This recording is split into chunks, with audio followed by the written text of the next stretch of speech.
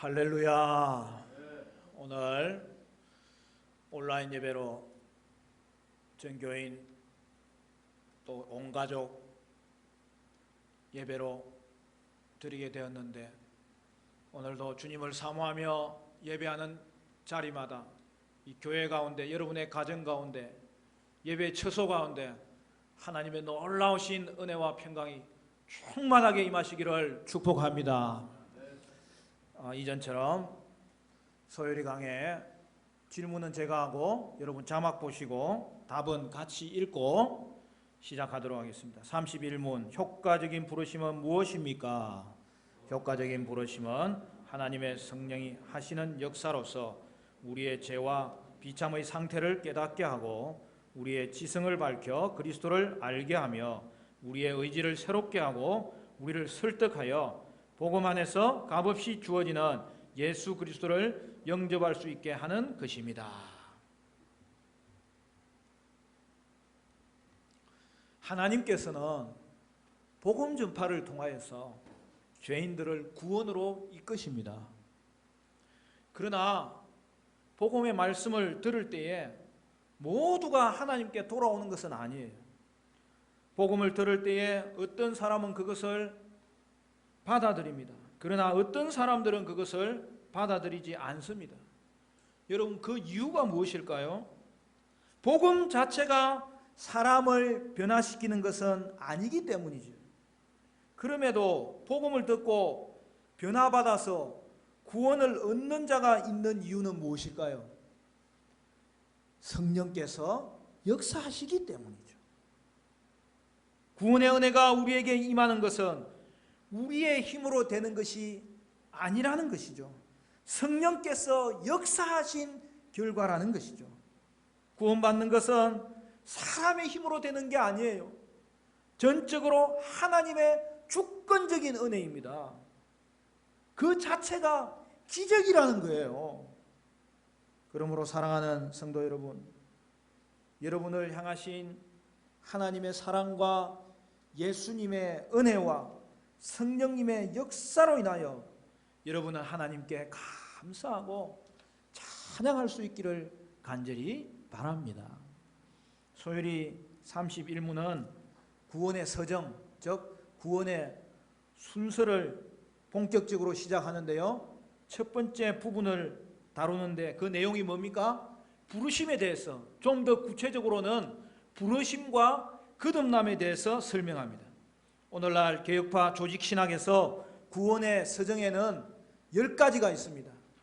첫째로 이야기하면 소중회신, 칙량, 성견, 화격인데, 소명, 부르시는 거죠. 중생, 거듭나는 거죠. 회심, 신앙, 칭의, 양자, 성화, 견인, 확신, 영광입니다. 물론 이것은 여러분이 주의해야 할 것이 있는데 시간적인 순서를 말하는 게 아니에요. 논리적인 순서를 이야기하는 거예요.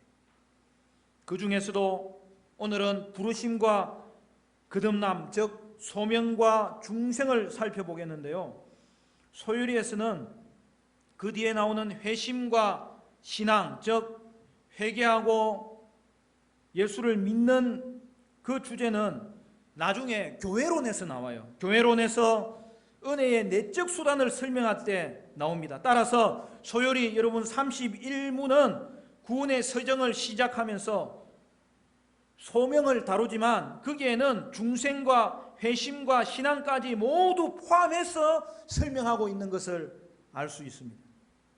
그리스도의 구속을 오늘 우리에게 적용하시는 성령님의 사역에서 첫 번째 단계는 뭐라고요?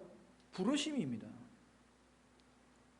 오늘 소요리 31문에서는 효과적인 부르심에 대해서 설명하고요, 이제 다음에 나오는 소요리 32문부터는 효과적인 부르심에 따라오는 구원의 유익들, 칭의와 양자와 성화에 대해서 살펴볼 것입니다. 여러분, 하나님을 알 수 있는 길이 무엇일까요? 여러분 곰곰이 생각해 보세요. 하나님을 알 수 있는 길, 하나님을 알 수 있는 방법이 과연 무엇일까요?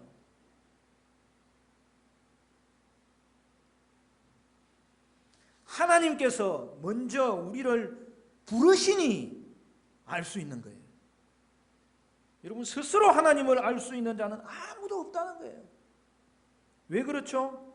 우리가 허물과 죄로 말미암아 죽은 상태이기 때문입니다. 따라서 인간은 하나님을 알지 못해요.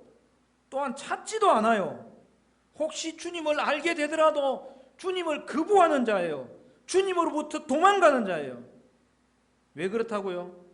인간은 죄된 본성을 가졌기 때문에 죄에 거하여 있고 죄를 좋아하며 사는 거예요. 죄를 즐기면서 사는 거예요. 그러므로 인간은 절대 진리를 찾지 않아요.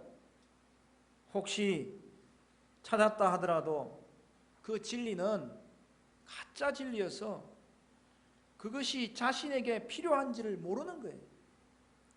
따라서 내버려 두면 하나님을 알 수 있는 자는 이 세상에 아무도 없다는 거예요. 구원은 예수를 믿어야 받습니다. 그런데 왜 사람들은 예수를 믿지 않는 것입니까? 사람들이 죄의 상태에 빠져 있기 때문이라는 거예요. 그리하여 그리스도를 자신의 구속주로 믿지 않기 때문이라는 거죠. 그러면 이 문제를 어떻게 해결할 수 있습니까? 여러분, 이 문제를 해결할 수 있는 유일한 방법은 이것입니다. 하나님께서 찾아오셔서 우리를 부르시는 것입니다. 여러분, 이것을 효과적인 부르심이라고 하는 거예요. 효과적이란 말은 반드시 결과가 발생하도록 만든다는 거죠. 따라서 구원은 하나님의 부르심에서부터 시작하는 거예요. 그 출발이 결코 우리에게 있지 않아요. 근데 불렀더라도 효과가 일어나도록 하나님이 부르시면 거기서부터 구원이 시작된다는 거예요. 성령님께서 효과적인 부르심을 통해서 반드시 자기 백성을 예수 그리스도를 알고 영접하도록 하시는 거죠. 여러분, 부르심, 한문으로 이야기하면 소명인데요. 여러분, 이 소명에는 외적 소명과 내적 소명이 있습니다. 여러분, 외적 소명이 뭘까요? 복음을 전파하면 그 복음의 말씀을 듣는 것. 여러분, 그게 하나님이 겉으로 1차적으로 부르는 걸 말하는 거죠. 다음으로는 효과적인 부르심, 즉 내적 소명이 있습니다.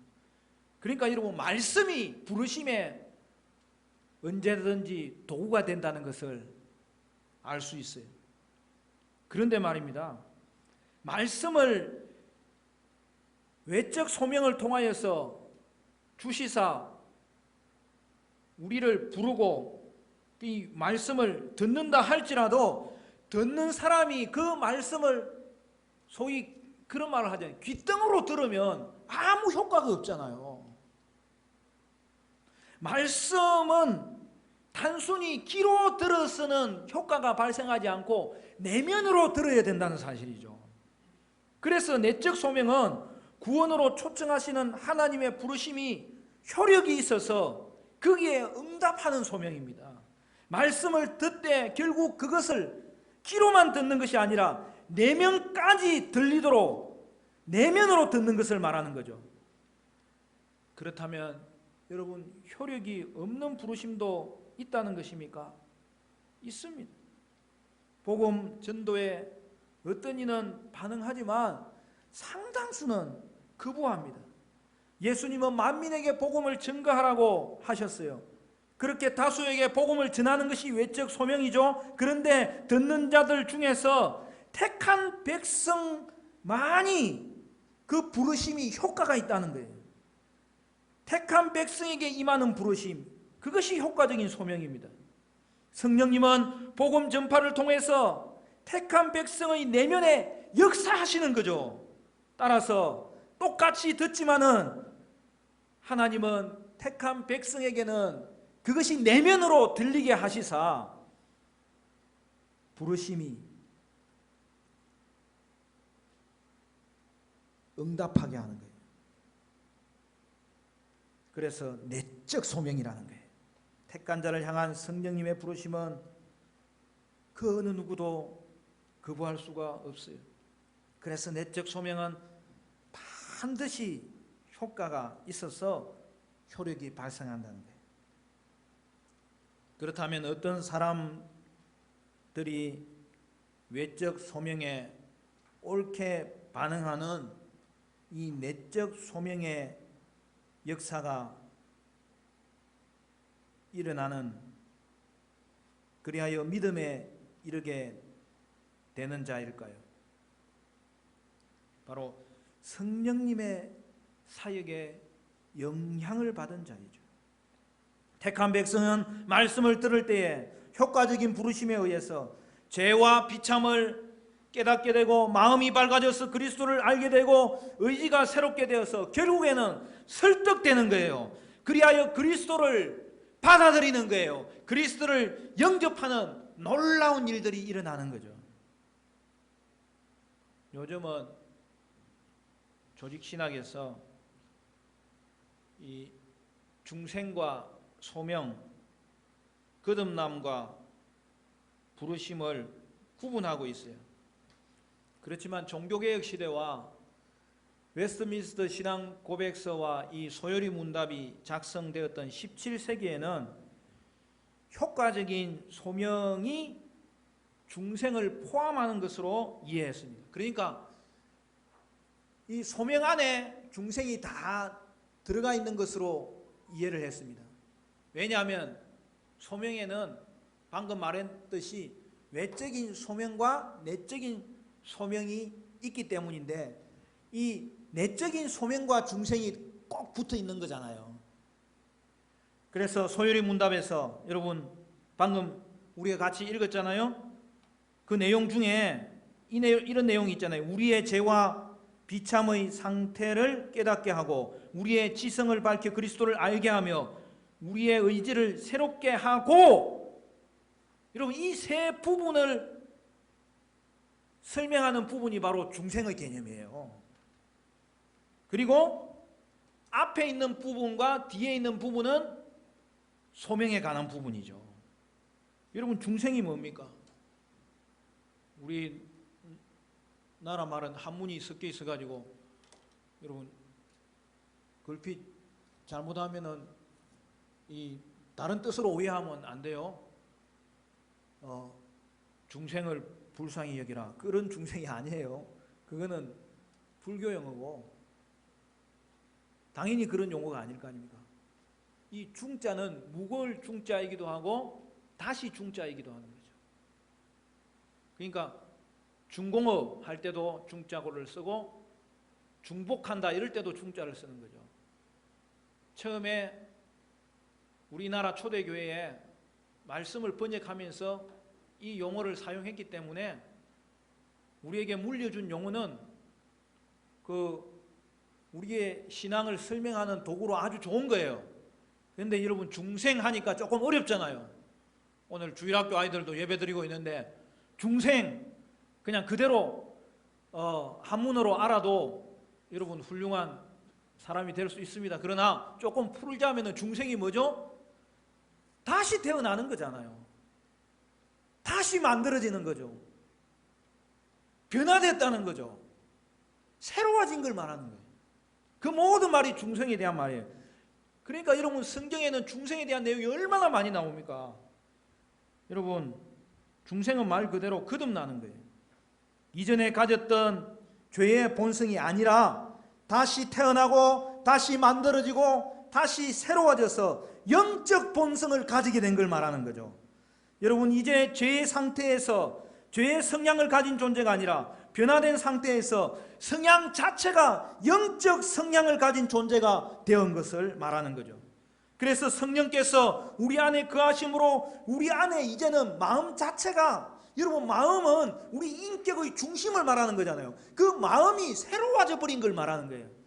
그래서 여러분 오늘 읽은 에스겔서 36장 26절 27절의 그 예언의 말씀이 오늘 우리에게 성취된 것을 보여주고 있잖아요. 여러분 오늘 읽은 말씀 다시 한 번 더 같이 읽어볼까요? 다 같이 시작. 또 새 영을 너희 속에 두고 새 마음을 너희에게 주되 너희 육신에게 굳은 마음을 제거하고 부드러운 마음을 줄 것이며 또 내 영을 너희 속에 두어 너희로 내 율례를 행하게 하리니 너희가 내 규례를 지켜 행할지라. 여러분,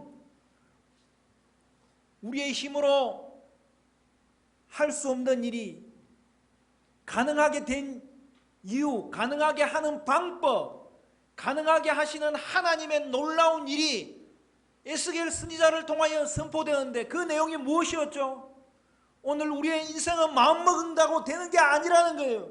우리의 인생은 우리의 힘으로 하나님을 찾을 수가 없다는 거예요.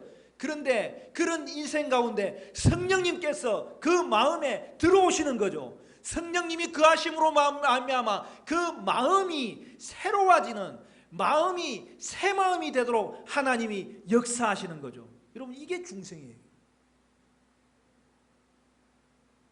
성령에 의해서 중생한 사람에게는 지배적인 성향이 바뀌어버리는 거예요.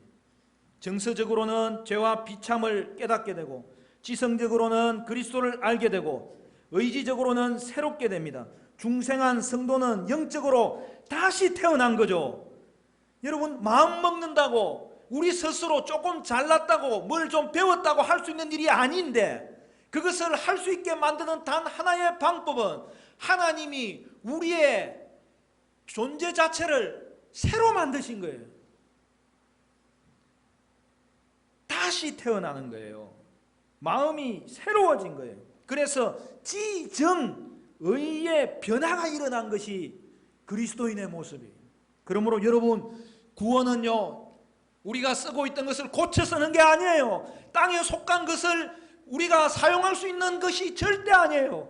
오직 구원은 중생을 통하여서 만들어지는데 그 중생은 새로 만드는 거예요. 하나님께서 우리 가운데 성령님을 심어주심으로 말미암아 성령님이 들어간 마음, 성령님이 역사하는 새로운 마음을 우리 속에 가지게 하심으로 오늘 저와 여러분이 거듭났기 때문에 예수를 믿는 거고, 거듭났기 때문에 주님을 볼 수 있다는 이 사실을 중생의 교리가 너무나 분명하게 가르쳐주고 있는 거예요. 오늘날도 어떤 사람은 예수 믿는 것을 자신의 교양 생활의 가장 최고의 교양으로 삼는 사람이 있습니다. 여러분, 그것은 아무리 좋아도 세상 것일 수밖에 없어요. 우리 인생은 고쳐 쓸 수 있는 존재가 아니에요. 이미 죽은 존재예요. 오직 우리가 구원받을 수 있는 유일한 길은 다시 살리는 길밖에 없어요. 다시 만드는 길밖에 없어요. 그 중에서도 가장 중요한 건 우리 인생과 우리 인격의 중심인 우리의 마음을 송두리째 변화시키는 일밖에 없어요. 그런데 그 일을 누가 하십니까? 성령님이 하십니다. 그러니까 여러분, 여기서 한 가지 짚고 넘어가야 되는 일이 있는데요. 이 변화는 본인도 모르는 가운데 발생한다는 거예요. 왜요? 내가 할 수 있는 일이 아니기 때문에. 죽은 자가 뭘 할 수 있어요? 살았기 때문에 할 수 있는 거죠. 먼저 살려야 되는 거죠. 그래서 여러분, 중생은 무엇이 가운데서 일어나는 일입니다. 오직 하나님이 먼저 시작하시는 일. 예수님은 니고데모에게 중생의 필요성에 대해서 말씀하셨습니다. 우리가 잘 아는 요한복음 3장 8절 말씀은 이렇게 이야기합니다. 바람이 임의로 불매 내가 그 소리는 들어도 어디서 와서 어디로 가는지 알지 못하나니 성령으로 난 사람도 다 그러하니라. 오늘 이것이 우리 가운데 일어난 일이죠. 우리는요, 눈을 뜨고 나서부터 하나님을 안 거지. 눈 뜰 때에, 눈 뜨기 전에 어떤 일이 일어난지는 아무도 모르고 구원을 받은 거죠. 성령님이 사람의 심령에 직접 역사하셔서 본질적인 변화를 일으키고 거듭나게 한 것입니다. 이런 식으로 설명하면 좋을까요? 하나님이 먼저 우리에게 영적인 눈을 우리에게 심어주신 거죠. 그래서 보게 된 거예요. 하나님이 주의 말씀을 들을 수 있도록 우리에게 새로운 길을 이식시켜 주신 거죠. 그게 여러분 거듭난 거예요. 그게 다시 만들어진 거예요. 그게 다시 산 거예요. 그게 새로워진 거예요. 그게 변화된 거예요. 시력을 회복한 맹인이 일몰의 그 아름다운 장관을 보면서 눈물을 주르르 흘리듯이 오늘 저와 여러분 가운데 하나님께서 중생케 하셔서 이식받은 그 눈으로 하나님의 영광을 볼 수 있게 하신 이 놀라운 일들이 바로 우리에게 베푸신 구원의 사건이죠. 따라서 구원받은 성도에게는 보통 일반적으로는 외적 소명, 말씀을 듣는 것과 중생, 거듭나는 것과 내적 소명, 그것을 이제는 인식하면서 하나님의 말씀을 귀 기울이고 마음으로 안타까워하고 예수님을 바라보면서 예수님을 받아들이는 것이 동시적으로 일어나는 거예요. 근데 우리가 논리적으로 이것을 구분하는 이유는 이것이 성령님께서 하신 일이라는 것을 우리가 살펴보기 위해서 논리상으로는 먼저 외적 소명이 있습니다. 그리고 마음의 중생이 일어납니다. 그 다음에 내적 소명, 효과적인 부르심이 발생하는 것을 우리가 살펴보고 있는 것입니다. 그러면 중생과 소명의 차이는 무엇일까요? 여러분, 불신자가 신자로 거듭나려면 먼저 불신자의 의지나 인식과 상관없이 새로운 생명이 성령에 의해서 심겨야 되는 거죠. 그 생명에 의해서 사람의 성향이 변화되어야 되는 거죠. 무의식적인 중생이 먼저 일어나야 되는 거죠. 그 다음에 우리는 사람의 지배적인 그 성향이 바뀐 것을 감지하게 됩니다. 그리하여서 변화된 상태가 내면에서부터 이제는 인식되고 나타나는 것을 효과적인 소명이라고 하는 것입니다. 잘 들어보세요. 외적 소명을 통해서 복음의 말씀을 들은 사람 중에 택함 받은 자는 성령에 의해서 새로운 생명이 그들의 의식하지 못하는 가운데 심기는 거죠. 여러분, 창조시에 빛이 있으라 말씀하신 하나님의 그 말씀에 의해서 빛이 생겼던 것처럼 성령님이 외적인 소명에서 선포된 그 말씀을 창조적인 말씀으로 사용하셔서 그 안에 새로운 생명을 생성시키시는 거예요. 그리하여 택함 받은 자는 지배적인 성향을 영적 성향으로 바꾸고 마음을 새롭게 하여서 지정의의 모든 측면이 근본적으로 거룩하게 변화되는 일이 일어나는 거죠. 그리하여서 중생한 성도는 그렇게 변화된 성향을 스스로 이제는 의식하게 되는데 이 의식하는 부분부터가 효과적인 소명인 거죠. 이 내면에서부터 그 의식이 나타나는 거죠. 먼저 변화되고 그 이후에 의식을 하는 거죠.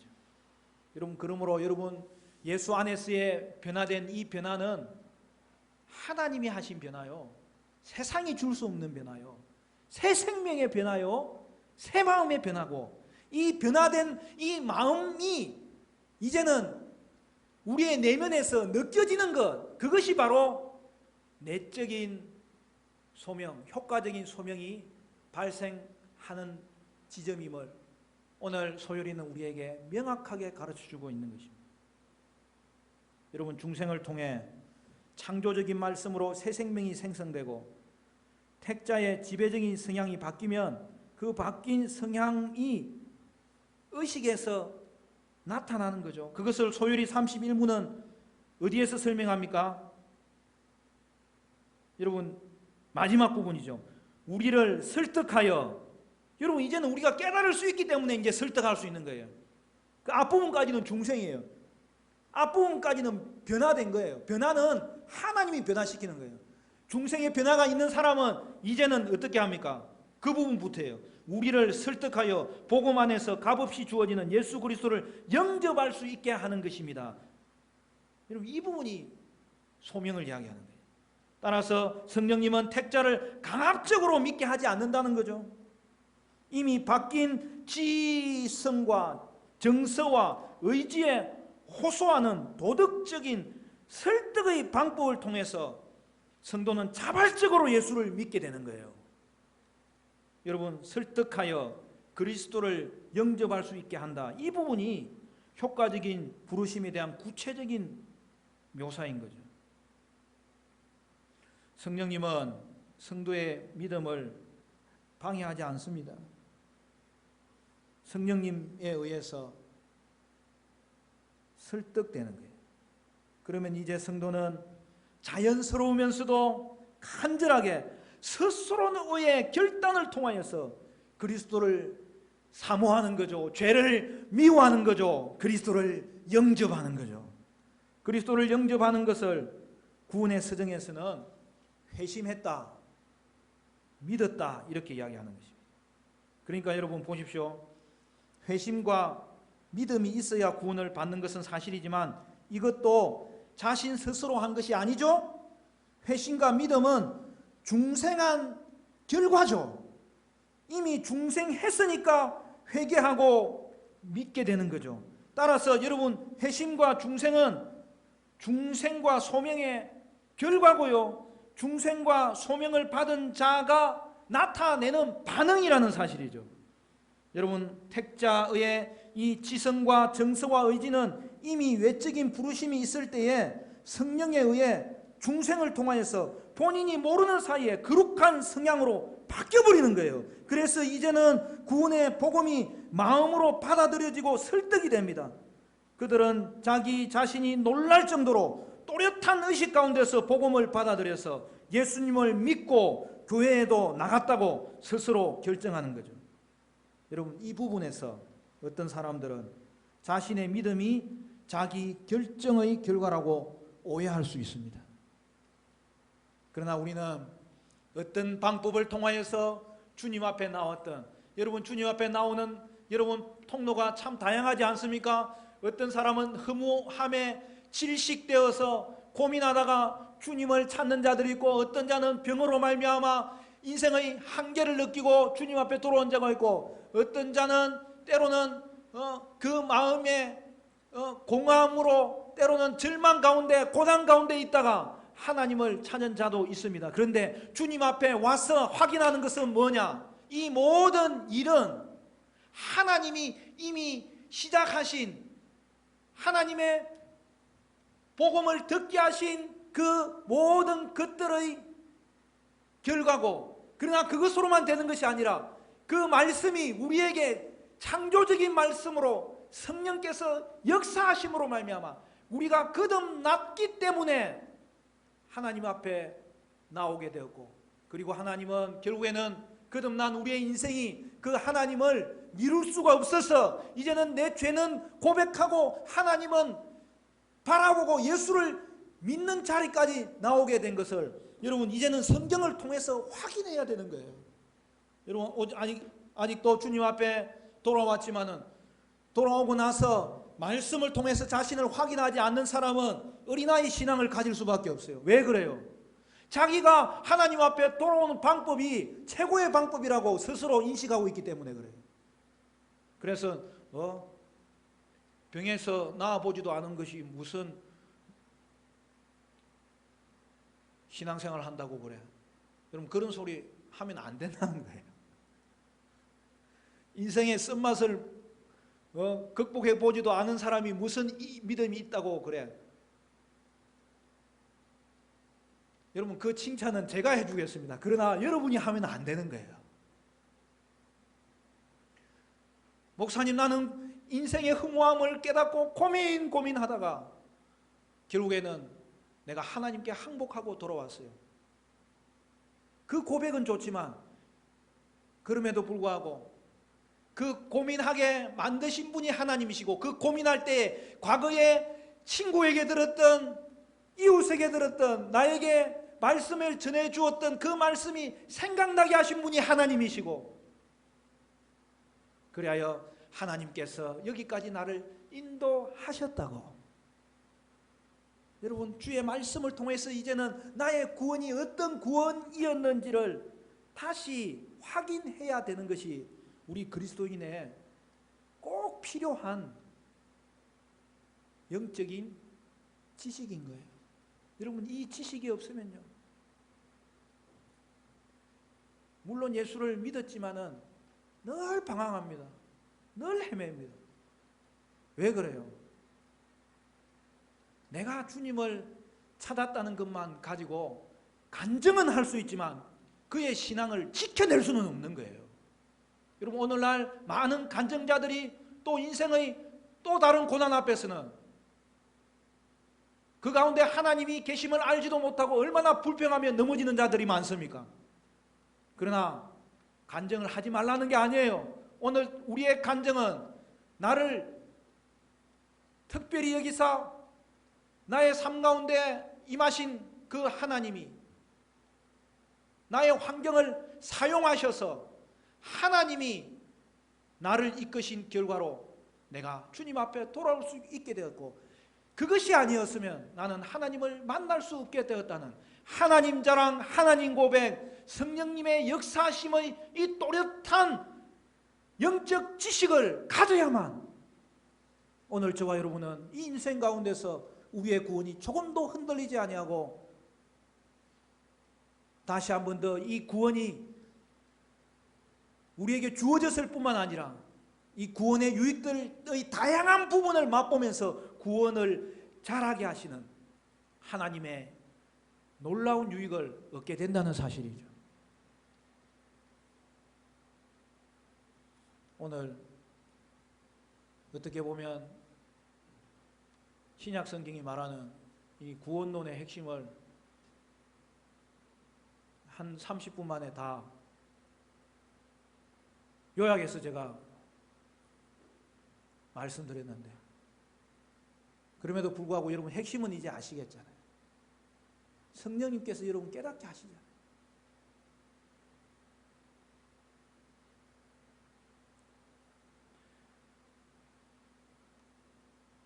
많은 사람들이 자신의 믿음이 주님을 믿게 한 결과를 낳았다고, 그것이 우리에게 너무나 또렷한 의식이기 때문에 그렇게 고백할 수 있지만 그것으로는 여러분 부족한 설명이죠. 실제로는 성령님이 먼저 그들에게 역사하셨습니다. 성령님이 그들이 의식하지 못하는 사이에 외적 부르심과 중생을 통하여 효과적인 부르심의 사역을 수행하신 것입니다. 성인이 되어서 예수를 믿는 경우에는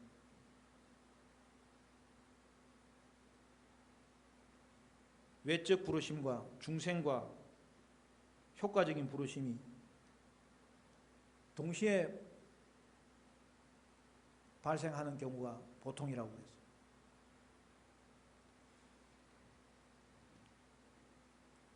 그런데요, 모태신앙의 경우에는 조금 달라요.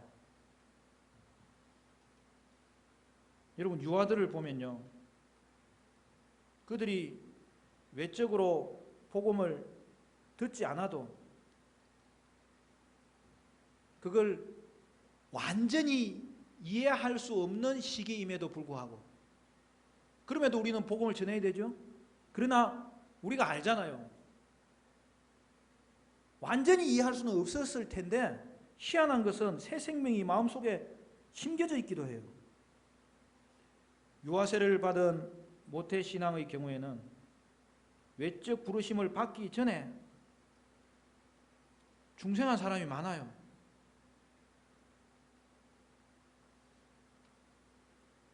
여러분, 모태신앙을 가진 아이들을 보면요, 아직 그들에게는 폭발적이고 뜨거운 신앙의 모습이 없지만 가까이서 지켜보는 부모나 교사들의 눈에는 그들이 중생한 자라는 증거가 보이는 거예요.